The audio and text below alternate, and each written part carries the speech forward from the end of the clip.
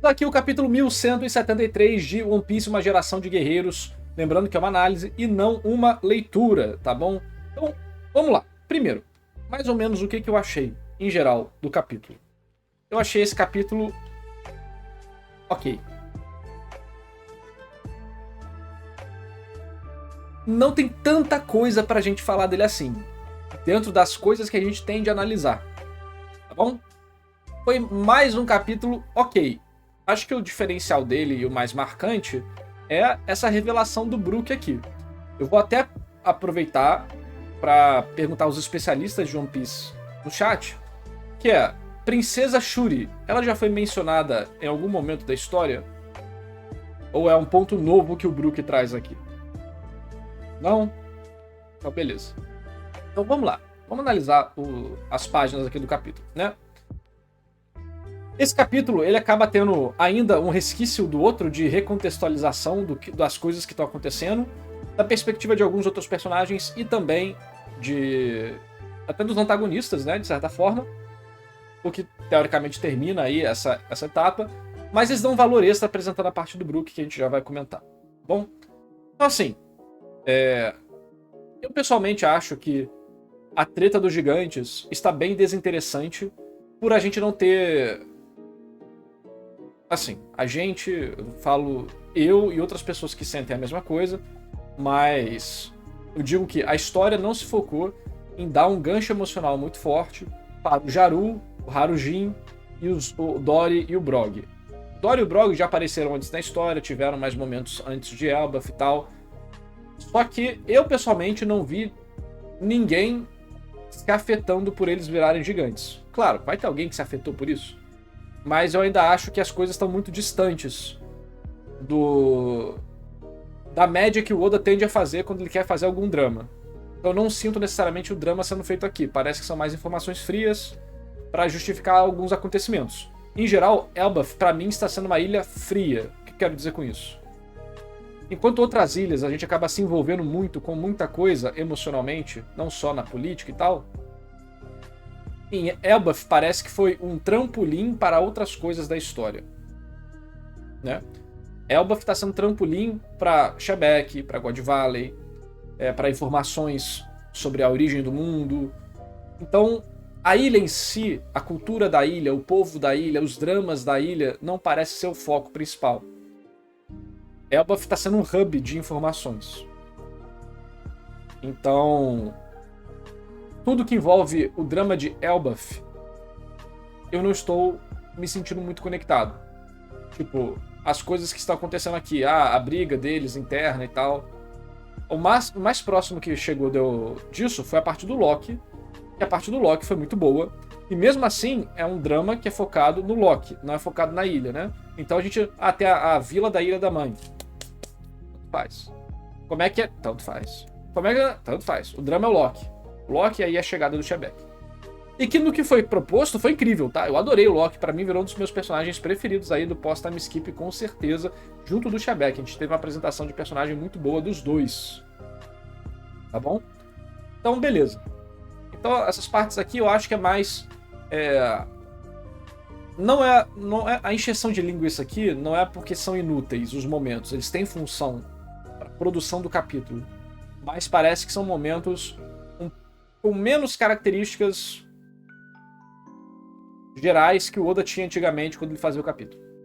É entendível, mas pela idade do Oda, pelo que ele quer acelerar a história, mas mesmo assim não tem como a gente evitar de falar. Né?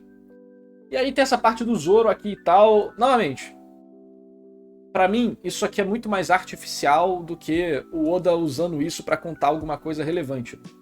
É mais, vamos botar isso pra ocupar umas páginas, o Oda vai ganhar um destaque de popularidade e tal, e aí a gente vai aproveitar esse momento para preparar coisas mais complexas para o futuro. A administração de obra é assim. Tanto é que você para ver aqui, tem uns... não tem tanta coisa assim para dar substância ao capítulo, né? Nesses pontos aqui.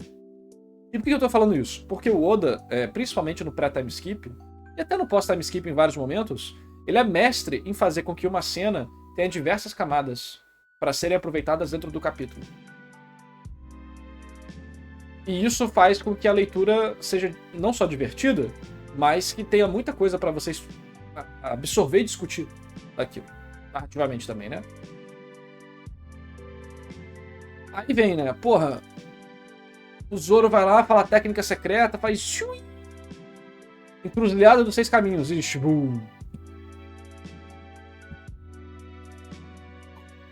entendeu? Honkshui, Honkshui. Percebe como isso aqui é vazio? Acho que a minha maior briga, assim, com talvez a comunidade, parte da comunidade de One Piece, é fazer eles perceberem, talvez até a galera do Power Scaling, que isso aqui não é um pensamento real de Power Scaling ou um pensamento real de coreografia, de luta. Isso é só performático para o capítulo. É mais uma técnica que tem mais uma coreografia igual a todas as outras técnicas do Zoro, que faz o mesmo exato efeito, da mesma exata forma. Com a mesma exata quadrinização, inclusive. Não foi um dash corte, mas foi tipo pulo corte. Com zoom out. E aí esse tipo de coisa acaba sendo, né, o que eu tô falando da linguiça, né, da encheção de linguiça do capítulo. Dito isso, não foi das piores quadrinizações que o Oda apresentou em relação a esse tipo de coisa, né? Então, apesar dessa página aqui eu achar quando eu falo que uma página é densa, eu não tô falando só da arte. Tô falando também do diálogo e os valores que eles apresentam para a história em relação ao que o próprio Oda faz antigamente. Então, essa página aqui, essa aqui já, pô, ok, já tem um negocinho legal, você tem um ângulo de câmera legal e tudo mais. Eu não vou falar aqui sobre o nível das cores, da gradação de preto e branco e cinza, porque isso aqui é um scan, né? Então a qualidade final a gente espera que seja bem melhor do que isso. Que é uma coisa que acaba prejudicando a leitura de One Piece em vários pontos. Quando a arte já é carregada, então quando tem um scan meio estourado, acaba ficando pior ainda. Tá. Só que, tipo, eles se batem, mas...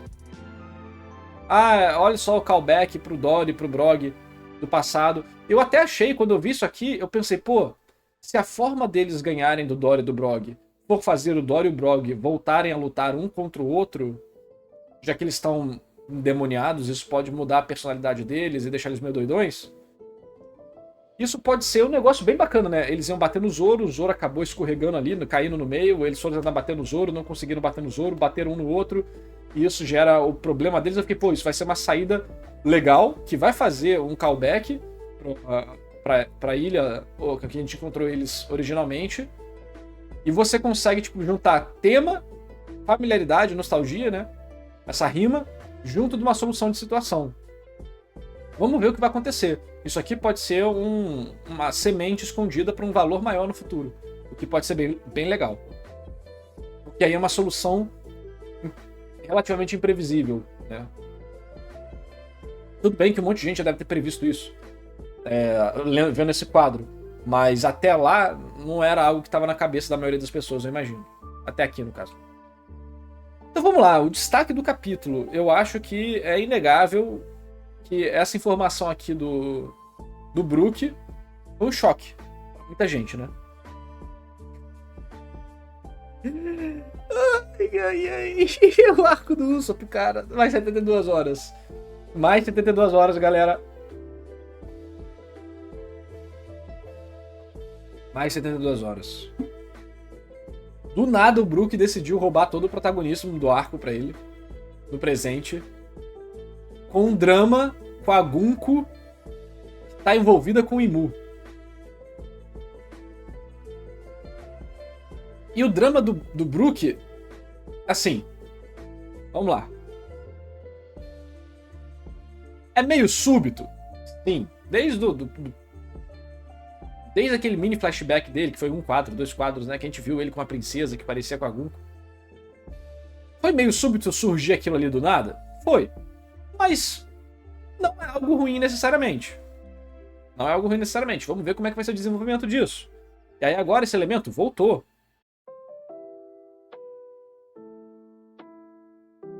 E eu, sinceramente, eu tô meio em choque. Eu tomei em choque. Porque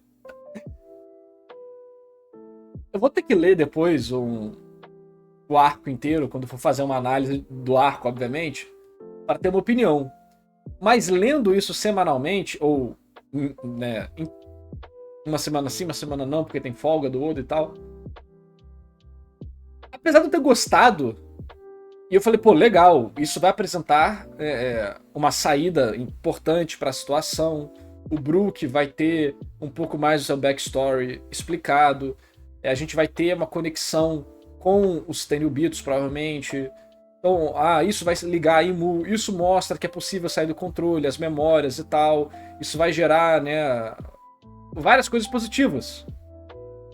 É uma saída dentro da possibilidade, porque o poder fica instável. Em todos esses quesitos, isso é muito bom. Funciona.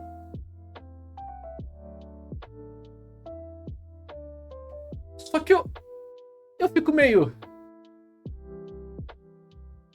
Mano, isso é só muito súbito, né? Do Neida... Mano, é só... Tome! E não tá fora da possibilidade. Mas eu só fiquei tipo, cara... Eu senti que foi meio que uma carta na manga que o Oda deixou guardada. Ele apresentou... O Oda não é bobo nem nada, né? Então ele apresenta a personagem, ela gosta do Soul King. E aí o Brook tem... essa pessoa aparece com aquela... Parece que ele apresentou, tipo... Ele fez ele não é bobo, né? Ele fez o básico pra esse momento não ser considerado... Tirei da bunda, né? Mas mesmo assim, eu tô tipo, cara... Parece meio canalha isso que o Oda tá fazendo. Parece meio canalha. Só que não tá errado. Mas tipo, tem alguma coisa que eu não identifiquei ainda.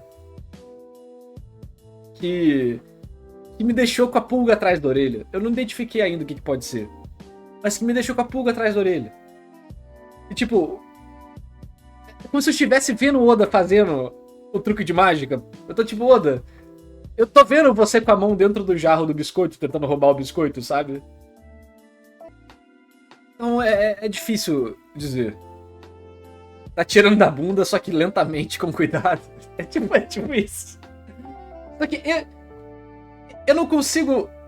Depois, quando eu ler tudo de novo, talvez eu consiga criticar melhor. Mas no momento eu não consigo. Porque mesmo que possa ter todas essas questões que a gente falou... A gente entra numa característica muito importante de uma história, que é interessante. Isso vai variar de pessoa pra pessoa. Mas pra mim, foi interessante. Pra mim, isso é interessante. Isso me deixou curioso. Isso me fez sentir que teremos algumas revelações novas. Isso me fez sentir que o Brook vai ganhar um destaque que ele tá há muito tempo sem ter.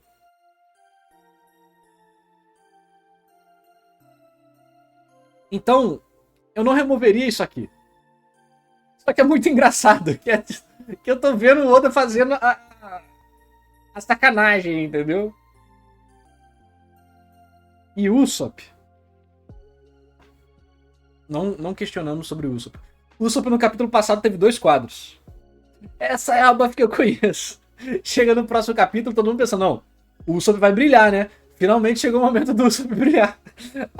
E o Brook com um negócio totalmente novo e muito mais relevante pro mundo de One Piece do que o desenvolvimento do Usopp.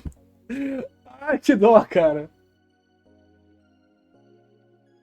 E agora esse vai ser o foco. Porque não tem como isso ser apresentado e não ser o foco dos próximos capítulos. A capa foi do Usopp cagando, cara. Ele não tá cagando, mas ele tá cagando, tá? Tipo, ele tá na posição de cagando. Vai vir o negócio no nariz dele. Tá na posição de tá no banheiro, cara. E o capítulo... Não tem nada do Usopp. Não tem nada. Ai, cara, não é possível. É sacanagem, cara. Isso aqui é sacanagem. Ele tá fazendo de propósito. Mas, enfim.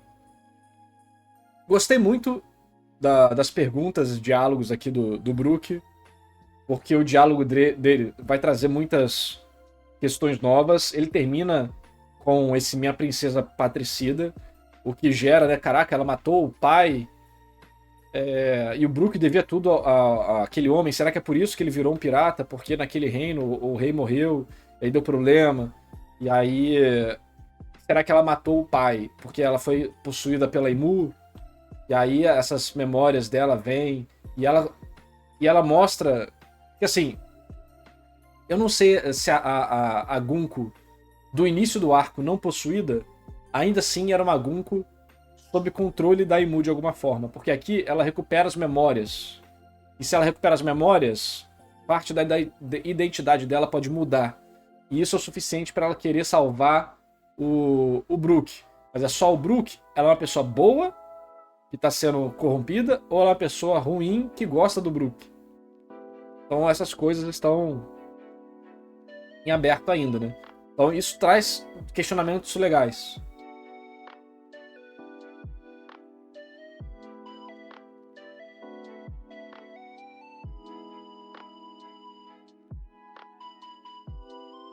E aí tentou, mas eu acho que talvez o que esteja me deixando levemente incomodado é o nível de drama que o Brook está dando para a situação. Mano, o único quadro do Usopp no capítulo. O único quadro do Usopp no capítulo, não sobrou nada. Eu acho que eu posso descobrir, acho que isso que me ajuda a descobrir. O que me incomodou nessa parte do Brook é isso aqui, ó. É o nível de drama do Brook. O Brook tá bem desesperado, né? Ele tá emocionado. Só que esses elementos não foram trabalhados ainda. A emoção que o personagem sente não é necessariamente a mesma emoção que o leitor sente. E existem momentos que você quer sincronizar a emoção e momentos que você não quer sincronizar a emoção. Aqui é um momento que eu imagino que, dado One Piece no seu padrão anterior, a gente teria um momento para sincronizar a emoção do Brook com a gente. Para preparar um desenvolvimento dele ou um ponto de drama. Só que a gente não teve isso. A gente não teve o ponto de drama do Brook. A gente teve indicações de que teremos um ponto de drama. Mas aqui a gente tá vendo o Brook com drama sem ter sido envolvido nessa história, vamos dizer assim. É um problema grave? Não. Só que pode causar, eu vi que algumas pessoas no chat sentiram mesmo que eu, pode causar um pouco de... Não causar, mas demonstrar um certo distanciamento de você com os personagens. Até porque o Brook, ele tá há muito tempo sem um destaque legal, sem se desenvolver, sem aparecer de uma forma mais marcante. Então quando ele aparece aqui, você, como pode dizer,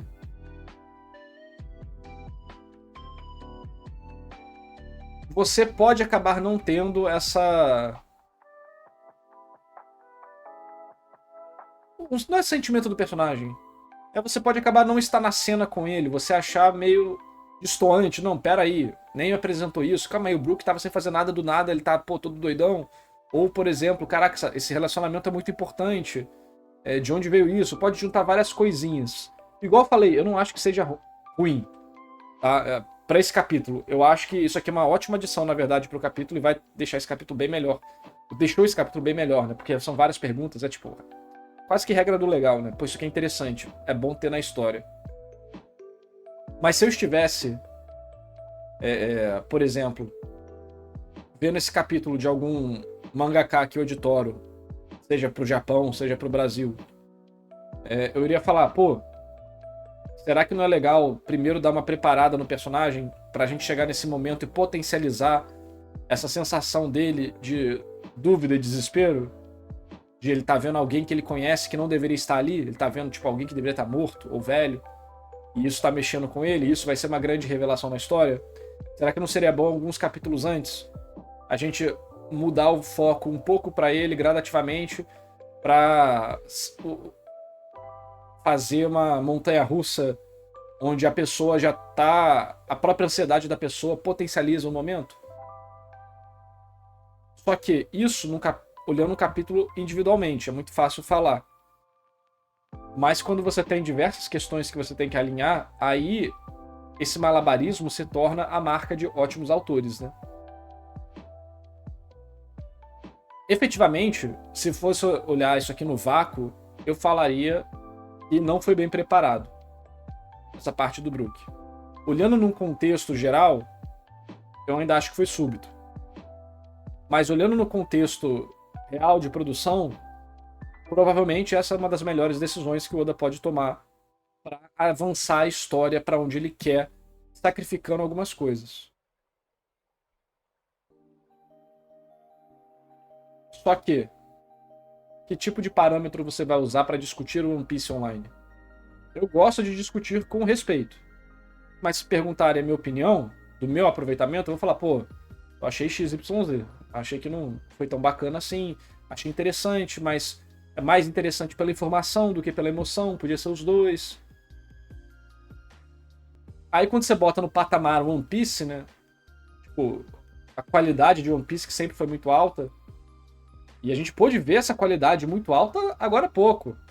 Com o Shebeck. Tudo que envolveu o Shebeck e o Loki foi sensacional. Tudo, tudo, tudo. Não é como se o Oda não soubesse fazer. Ah, esqueci, o Oda é ruim, não. Ele acabou de fazer. Com 2 personagens seguidos. Absurdamente bons. O que muda? Então, o que muda? O que muda é o que o autor está priorizando. Ali ele priorizou apresentar o Shebeck. Ele priorizou apresentar o Loki. Aqui a prioridade não vai ser, pelo menos não foi até o momento, o drama do Brook. O Kuma. O Kuma também teve um ótimo desenvolvimento de personagem, foi bem emocionante, muito bem escrito. Dá pra ver a diferença. Eu acho que essa que é a maior dificuldade que rola na hora de discutir com fã de qualquer obra. Porque quando a gente tá vendo aqui as características do autor e o capítulo, a gente tenta ir mais a fundo nessa discussão para entender o que levou a cada situação. Só que aí o fã vai falar, não, ele tá falando mal do capítulo. Logo ele é um hater, né? Só que tô tentando apresentar as perspectivas possíveis que você pode ter. E claro, obviamente também é possível você amar o capítulo por todos os motivos possíveis, né? Só que, como cada um gosta de coisas diferentes, fica complicado a pontuar tudo. Né? Mas igual eu falei, o Zoro tem um destaque, ele vai farmar uma aura, a galera vai gostar, os fãs do Zoro vão ficar satisfeitos. O Dory Brog tem esse callbackzinho pra situação, que pode ser uma semente para uma coisa no futuro. O Brook aqui apresenta vários elementos que podem trazer revelações bombásticas na história, informação de Tenryubito, informação de world building, informação do mundo do passado, da relação do Brook, abre espaço para desenvolver ele no futuro também, deixa a Gunko a personagem mais sofrida, mais dramática, que tem espaço também para ter seu backstory triste e também se tornar uma personagem relevante para a história, com mais complexidade do que aparentemente poderia ter. Entendeu? Então, tem muitos motivos para você gostar do capítulo. E eu tento comentar eles, né?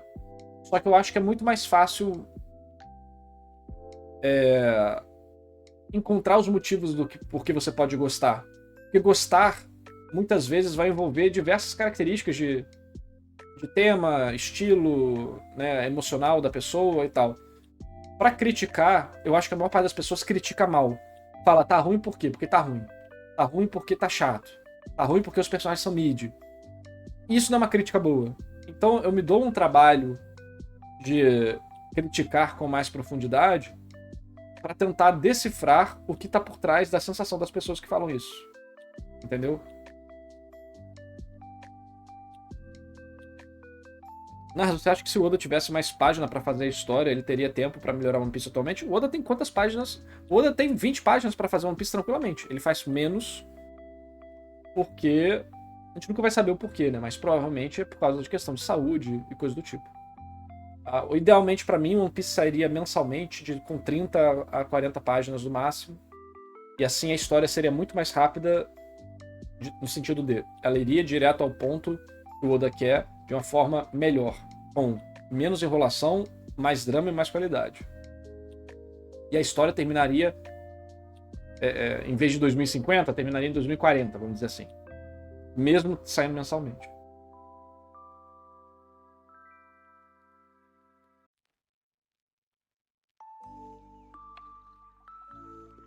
Fazendo uma mudança estilo Jojo? Não. Jojo foi diferente. Esquisito.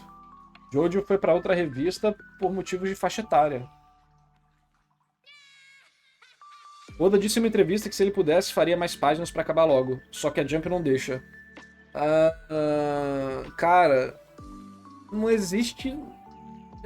Tem muita chance dessa entrevista ter sido mal traduzida. Primeiro, o padrão é de 20 a 18 páginas. O Oda, em geral, faz 16 a 17, muitas vezes 14.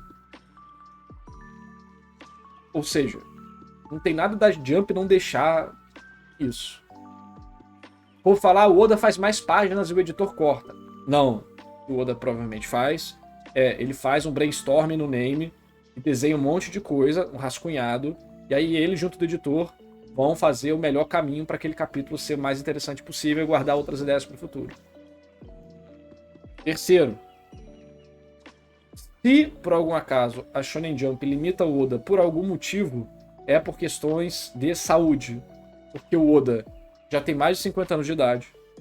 O Oda fuma pra caramba, igual uma chaminé, constantemente.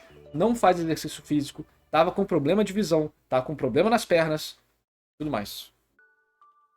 Então, essas as 6 páginas que ele deixa de fazer, deve ser um tempo bom que ele tem para poder se dedicar a outra coisa. E não necessariamente esse tempo é porque ele desenha tudo, tá? Não. O Oda deve desenhar os personagens principais, algumas outras questões que ele gosta, e fazer o name, né, que é o rascunho do capítulo. Isso é o que mais demora normalmente para a maioria dos mangakas. É decidir como é que vai ficar. Para finalizar o capítulo, os assistentes, um dia, 2 dias no máximo, terminam. O Live Pix está pausado porque a gente está analisando o capítulo. Depois eu vou dar play. Da última vez tu antecipou a morte do Akira? Não, falei verdades, pô.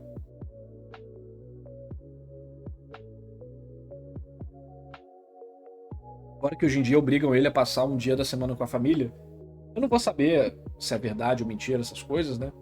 Mas, o trabalho cobra, né?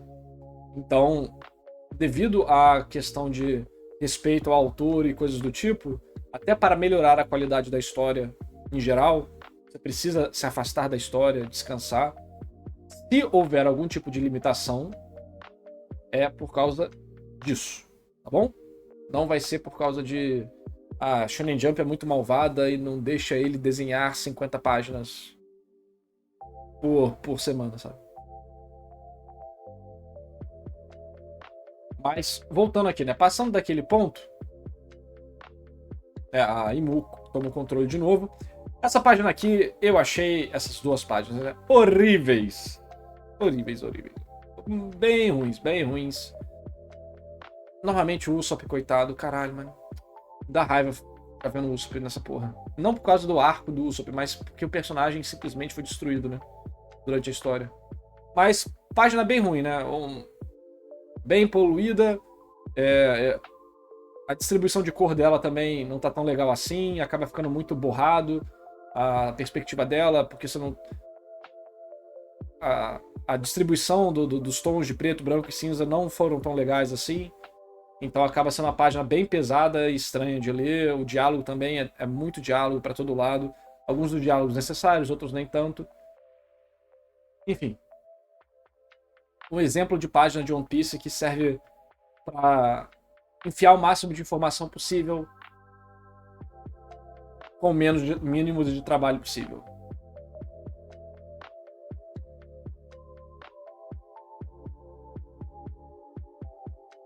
Então, bem ruim. Aqui, por exemplo, coisas que eu não vou comentar isso aqui eu acho que é da Scan. Tem que ver como é que vai ser o material final mesmo. A qualidade de algumas partes do desenho, né? Às vezes é a Scan que atrapalha. Mas o drama disso aqui é basicamente, olha só, os gigantes estão chegando para salvar seus filhos. Eles viram que não tem forma de não vamos fazer nada, eles vão salvar as crianças. Não, eles vão fazer maldade independente do que aconteça. Logo, vamos cair no pau mesmo que se foda. E aí o que é bacana aqui, né? As crianças vendo seus pais e ficando impressionados com a força dos gigantes, né? Porque os gigantes adultos eram guerreiros, enquanto as crianças são vagabundas. Então isso é um elemento legal que provavelmente vai direcionar o arco à percepção de ser um guerreiro não é sair e destruir os outros, mas é ser forte para proteger quem você quer proteger, né? A sua família, seus filhos e coisas do tipo.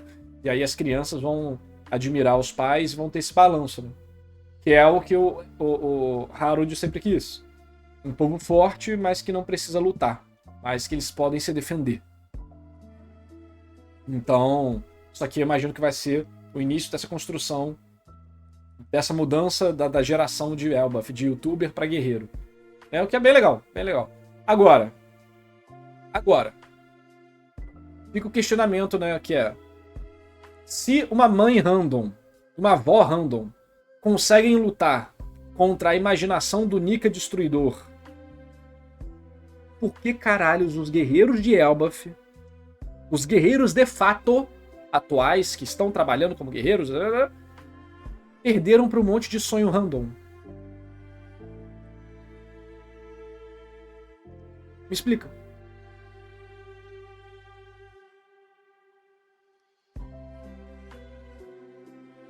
Não tem random em Elbaf. Não, mentira. Só tem random em Elbaf, menos o Loki.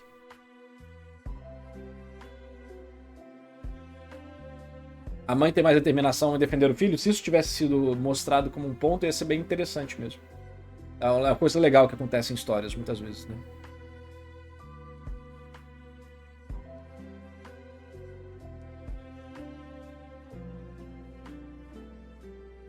Power scaling de handles? Vamos lá, né? Isso não é necessariamente power scaling, tá? Apesar de envolver. Mas nem todo power scaling vai ser ruim, porque muitas coisas podem acabar se conectando com a suspensão de descrença, né? Vamos dizer o seguinte, vou dar um exemplo bem esdrúxulo, tá? Vamos ver que você tá vendo, em uma obra, né, um cara, ele toma, sei lá, um tiro de canhão no peito, ele machuca, mas ele aguenta e tal, sei que, brabo. Aí ele se recupera disso e tal, passa um tempo, aí ele tá andando na rua, aí uma criança vai lá e dá um soco no joelho dele, na coxa dele, e o cara cai no chão morrendo de dor, sei que e tal, sem nenhum motivo aparente. Só pro roteiro funcionar. E não é uma piada nem nada. Você falaria, não, cara, isso é muito ruim. Não faz o mínimo de sentido isso acontecer. Isso quebra minha suspensão de descrença. Porque não é coerente com o que já foi apresentado antes. Nem com as suposições prévias da história, ele é um adulto, outra é uma criança, não tem nenhum indicador especial em nenhum dos dois, logo não deveria sentir nada. Quanto pelas coisas que foram apresentadas pela história, que é o cara aguenta um tiro de canhão. Entendeu? E ele não tá machucado nem nada. Mas fala, pô, isso é horrível, uma história mal escrita. Porque atrapalha a sua suspensão de descrença. Não é power scaling, você não tá fazendo power scaling do adulto com a criança, com a bola de canhão. Entendeu? Então, como a gente teve vários capítulos envolvendo como os sonhos estavam destruindo Elbaf e nenhum guerreiro foi capaz de lutar, e ai meu Deus, tá muito sofrimento, meu Deus, sei lá quem tá lutando contra os... E aí chega, porra, 3 random e uma mãe, a mãe cozinheira, e vai lá e dá uma avó e desce o cacete no bicho, caralho. Isso faz com que o resto dos acontecimentos pareçam só mesmo segue o roteiro. É feito pra... A ameaça não existia de verdade, quando você para pra pensar, né? O autor trapaceou. Então, essa é uma coisa que eu não recomendo vocês fazerem história. O povo vai passar pano pro Oda nisso, porque, primeiro, é um elemento muito pequeno, tá? Isso aqui é um elemento muito pequeno. Só estou aproveitando pra discutir sobre uma característica de escrita. Não tô falando que esse quadro destrói o arco de Elbaf. Não. Tá? Antes que você reclame nos comentários. Não é sobre isso que eu tô falando. Só tô usando isso de exemplo para discutir uma característica de história sobre power scaling nem sempre é ruim para a obra. Existem coisas que envolvem a suspensão de descrença e outras características que tornam o enredo interessante de se assistir, né, de se consumir e tudo mais. Aqui é um ponto muito pequeno, porque igual eu falei, como Elbaf está distante da gente, foda-se como é que é a briga dentro de Elbaf. Foda-se quem são os guerreiros e foda-se quem são os sonhos. Não importa. É barulho de fundo pra mostrar que tem coisa acontecendo, pra justificar os personagens estarem onde eles estão. Entendeu? Mas eu acho que é um ponto interessante pra falar sobre isso. Mano, nem todo Power Scaler é ruim. E não é o caso aqui, né? Essa cena, ela não afeta em nada a história em si.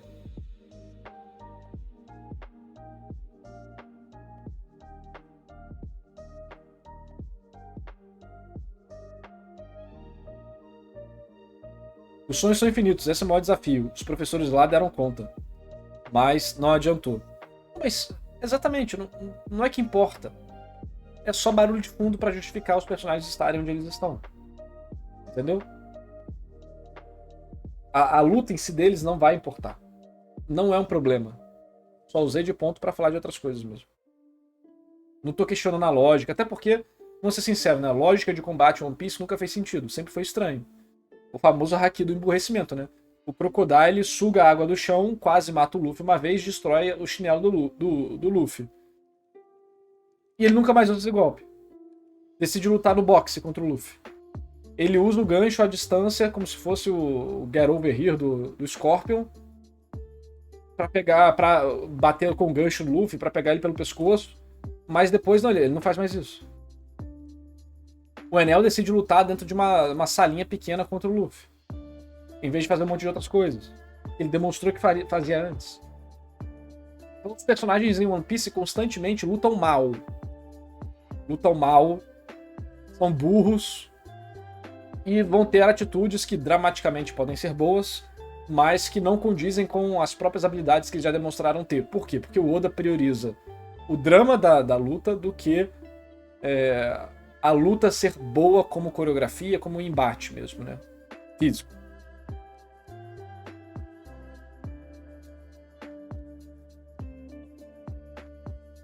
Entendeu? Então, isso aqui realmente não importa. Só um ponto pra gente conversar, porque eu gosto de conversar sobre questões técnicas. No canal Narrativando a gente fala de técnicas narrativas, né? Quem diria?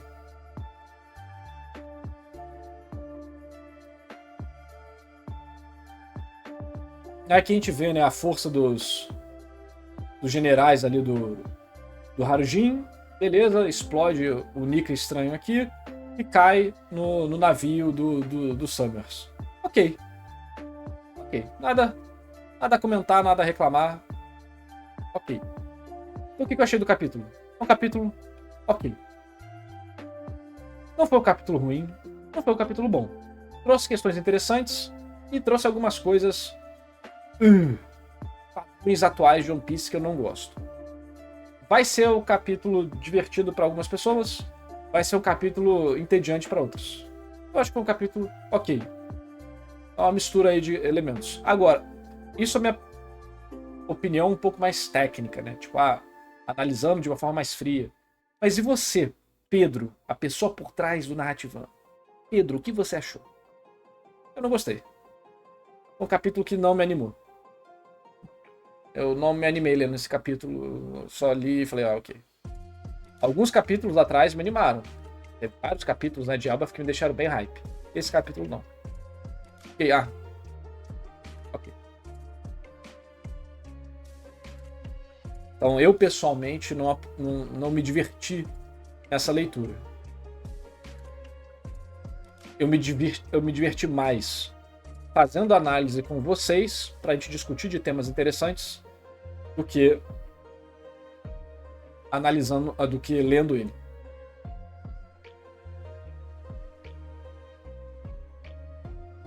E a melhor parte pra mim foi a do Brook. Apesar da canalice do Oda, vamos dizer assim, a melhor parte foi a que mais me interessei. Eu estou dentro dos fios de trama desse momento aqui, esse aí deve ser um dos mais interessantes.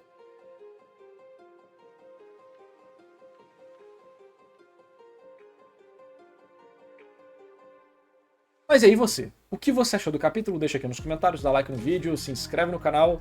Tamo junto, valeu e falou!